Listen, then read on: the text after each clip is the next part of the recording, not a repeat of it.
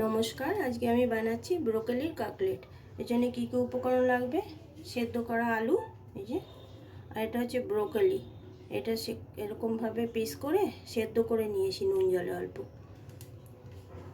আর আদা রসুনের পেস্ট, কুচনো লঙ্কা, আর এটা ব্রেড ক্রাম্ব, আর এটা ময়দা।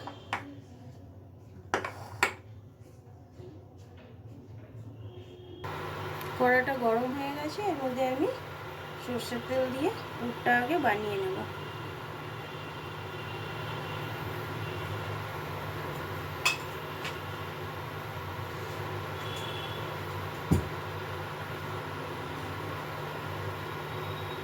তেলটা গরম হয়ে গেছে, এর মধ্যে আমি সামান্য নুন দিয়ে দেবো।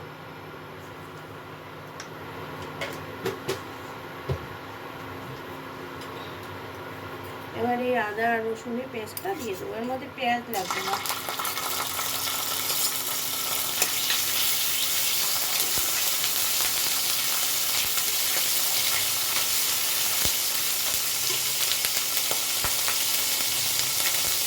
এবার এর মধ্যে আমি কাঁচা লঙ্কা, কুচনো কাঁচা লঙ্কা দিয়ে দেবো।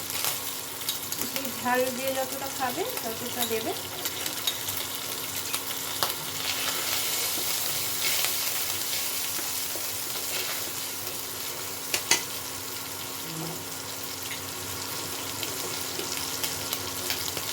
এখন আমি এর মধ্যে সেদ্ধ করা আলুগুলো এভাবে হাত দিয়ে ভেঙে ভেঙে দিয়ে দেবো।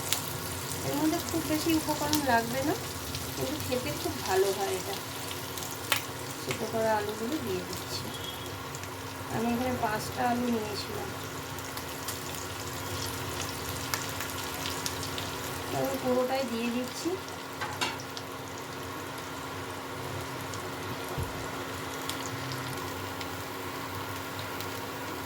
এর মধ্যে এখন আমি স্বাদ মতো নুন দিয়ে দেবো। আগে নুন একটু দিয়েছিলাম, সামান্য একটু নুন দিয়ে দিলাম। এবার হলুদ দিয়ে দিচ্ছি। ভালো মতো ভেজে নিতে হবে।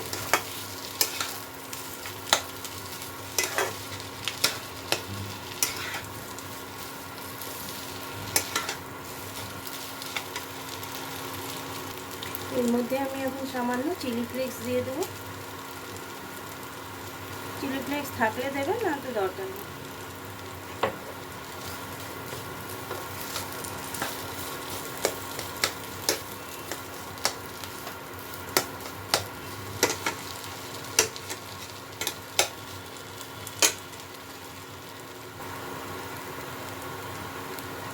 সামান্য একটু চিনি দিয়ে দিচ্ছি।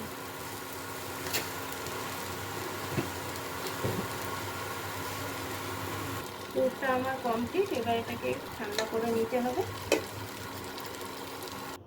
আমি এখন একটা ব্যাটার তৈরি করে নেব। এর মধ্যে এই কর্নফ্লাওয়ারটা, ময়দাটা দিয়ে দিচ্ছি।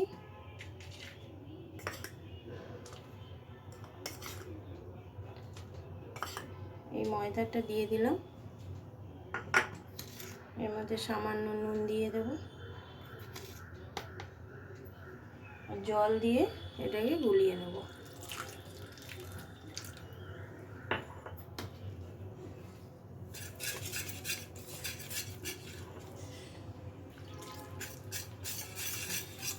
এক কাপ জল দিয়ে এটাকে গুলিয়ে নিতে হবে। বেশি ঘন করার দরকার নেই, পাতলা পাতলা হলেই ভালো হবে।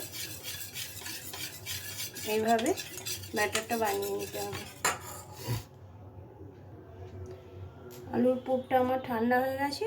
এবার আমি এগুলো ব্রোকলির মধ্যে লাগিয়ে নেব। এই যে ব্রোকলি, এভাবে নিয়ে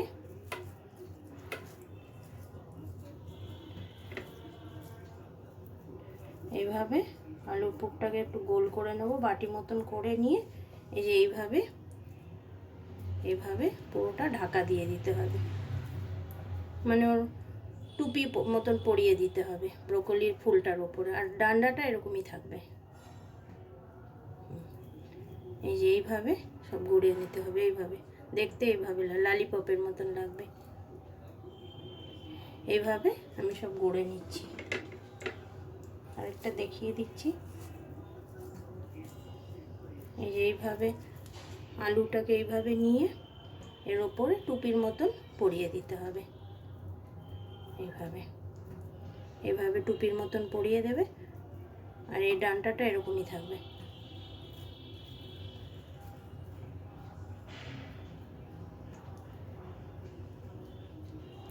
এই যে এইভাবে দেখতে লাগবে। তো আমি সবগুলো করে নিয়ে ফিরে আসছি।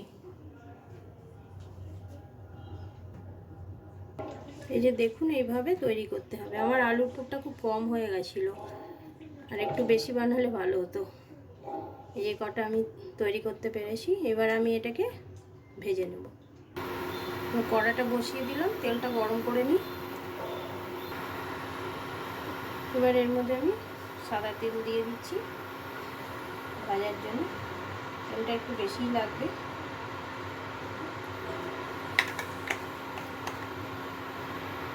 তেলটা গরম হয়ে গেছে। এবার এই যে এখান থেকে একটা একটা করে চপগুলো নিয়ে এই যে এই ব্যাটারটা যে ময়দার বানিয়েছিলাম এর মধ্যে ডুবিয়ে নেব। এই যে এইভাবে ডুবিয়ে নিয়ে তারপরে এই ব্রেড ক্রামের মধ্যে এটাকে আরেকটা হাত দিয়ে ভালো মতো, কারণ একটা হাত শুকনো না রাখলে ভেজা হাতটা দিলে ব্রেড ক্রামটা পুরো ভিজে ভিজে যাবে সব।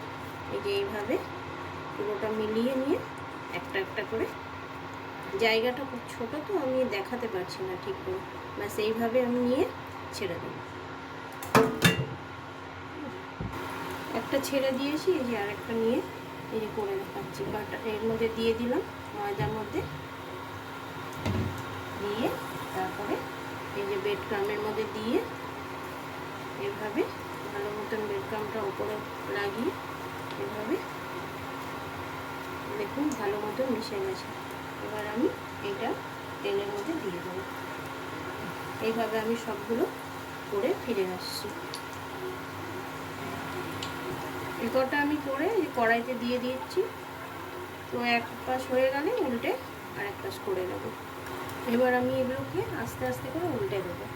যখন এক পিঠ ভাজা হয়ে যাবে, খুব তাড়াহুড়ো করবেন না, আস্তে আস্তে এগুলো ভাজবে, তাহলে ভালো ভাজা হবে। যে এইভাবে আস্তে আস্তে করে চামচ আর খুন্তির সাহায্যে আমি উল্টে দিচ্ছি। লাল করে ভাজা হবে।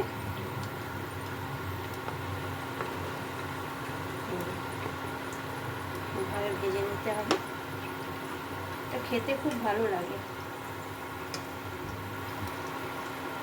সেম প্রসেসে আপনি ফুলকপি দিয়েও এটা বানাতে পারবেন। ফুলগুলো একটু ছোট ছোট করে নিলে, আমারটা একটু বড় হয়ে গেছে, আর একটু ছোট করে নিলে তাহলে আলুটা একটু কম লাগবে, না তো আলু অনেকটা আলু দিতে হয় এর মধ্যে। এগুলো আমার ভাজা হয়ে গেছে, এগুলো আমি তুলে নিচ্ছি এক এক করে।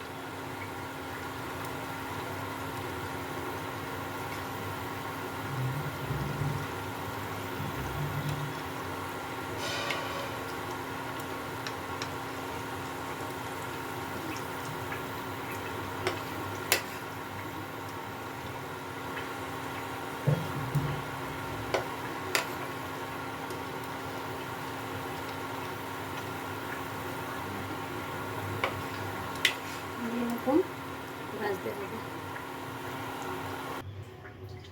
ব্রোকলি কাটলেট আমার কমপ্লিট। এই যে আমি সস দিয়ে সার্ভ করে নিয়েছি। আজকে তো বছর শেষ হবে 31শে ডিসেম্বর, আর কিছুক্ষণের মধ্যে নতুন বছর পড়বে। নতুন বছরে সবাই ভালো থাকবেন, সুস্থ থাকবেন। আর যদি আমার রান্নাটা ভালো লাগে তো একটা লাইক করে দেবেন।